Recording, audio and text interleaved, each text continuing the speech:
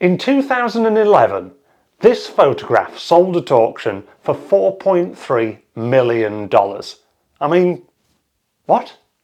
In this video, I'm not only going to explain why a photograph that's so boring can be worth so much money, I'm also going to share with you a trick that's going to make your photographs stand out more. So if you're in search of more likes, more competition wins, and yes, maybe even a bit more money, then stay tuned. Although, before you get too excited, I can't guarantee £4.3 million. Sorry. What makes a photograph good? Maybe it's good use of lighting, a strong subject that creates impact, layers of depth and strong composition.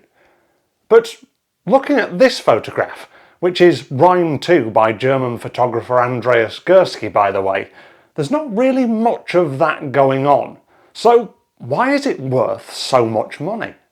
Well, Rhein II is more about the backstory and the process of creation of the photograph, rather than its visual impact, which is probably a good thing. When Andreas Gursky made this photograph, there were different elements within the frame that he's digitally removed. By doing this, he's aiming to make the photograph more minimalistic and more abstract, taking away the human elements out of the landscape to draw our eye to the simple details in life.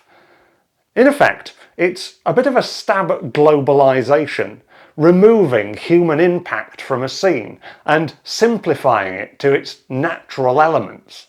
You see, now I've explained that, I bet you wish you had £4.3 million to spend on a boring photograph with a convoluted backstory. What? You mean you still think it's a load of rubbish? Creating convoluted backstories in photographs can be seen by many as, well, a little bit arty-farty. And taking things out of pictures digitally that were there in the first place is often seen as photography sacrilege.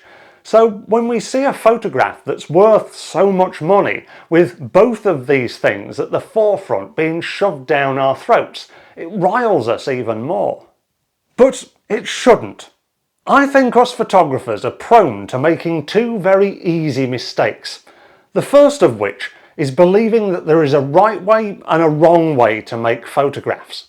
You'll have seen the YouTube videos saying don't do this instead, this rule is better than this rule, and we should all be making photographs like this because if we don't, then they're just not going to cut it. They're not going to be acceptable. I hate that word. The truth is, if we look outside our comfort zone, where everybody's following the same rules and doing things by the book, we soon realise that things like subject matter, the way that we light our photographs, composition, even backstories if you want to use them, are all creative choices that are individual to each photographer. I think Andreas Gursky's Rhein II is a prime example of this, because where are the rules being followed here? Yet he's still earned quite a bit of money from this picture. Ah! That sorts it then. We can all head off and break the rules, make terrible photographs, and we'll all be in the money. What? You mean it doesn't work that way either? What are we missing then? Ah yes, that second mistake that we all keep making. Be honest, what did you think when you first saw this photograph?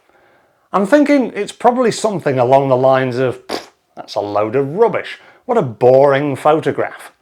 If you did, then it's probably not meant for you. That second mistake that we're all prone to making is thinking that every single photograph that we see is meant for us.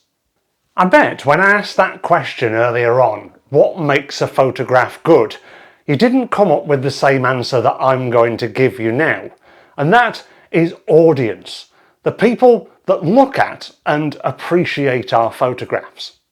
Let's face it, Andreas Gursky's Rhein II is not aimed at enthusiastic photographers looking to learn something off a strange bloke in a flat cap on YouTube. No, Andreas Gursky's Rhein II is aimed at the conceptual contemporary photographic art market, where it's often those convoluted backstories and the process that goes into making photographs that adds the value, rather than their aesthetic impact. Just like if you took one of your photographs and asked the curators of Tate Modern or the Museum of Modern Art to show your photograph on their hallowed walls, they'd probably laugh you out the door. There are so many different types of and ways of making photographs, and each of those different genres in photography will have different characteristics that make their photographs good, bad, or indifferent. But the one common factor, that's two, isn't it? The one common factor is they all have their own audiences.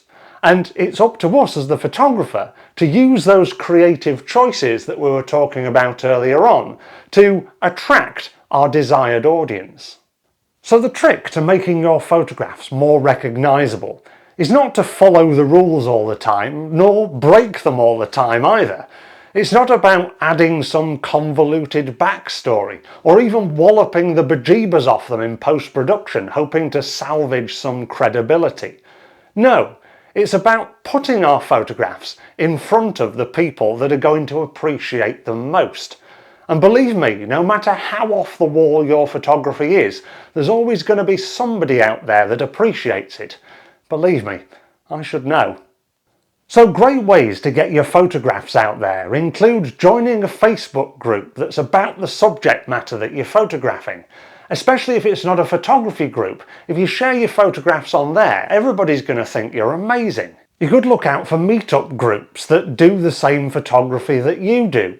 Not only will you be surrounded by your audience, you'll probably be able to learn so much more from them about what they're looking for. If you're really feeling adventurous, you could approach a local gallery or find a space in which to display your photographs in public. That way, you'll know who your audience is by who comes through the door. However you feel about Andreas Gursky's Rhein II, in the grand scheme of things, it doesn't really matter. The truth is, there's an audience out there that's willing to pay an exorbitant amount of money for one of his photographs, whether we think it's boring or not. Instead of getting frustrated at this apparently boring photograph making millions of dollars whilst we're slogging our guts out trying to be as perfect as we possibly can and getting nowhere, we should use it as inspiration. Because if there's an audience out there for that photograph, then chances are there's going to be an audience out there for yours as well. And if you can find it, that means that you're guaranteed more likes, more competition wins, and potentially, yes, more money. Hopefully this video has made you a little bit more daring to break the rules and go outside your comfort zone a little bit. If it has, then this video up here is a must watch. Thank you very much for watching. If you've enjoyed it, then please give it a like and don't forget to subscribe to the Yorkshire Photo Walks YouTube channel for more content like this, and I'll see you in the next video. Until then, bye for now.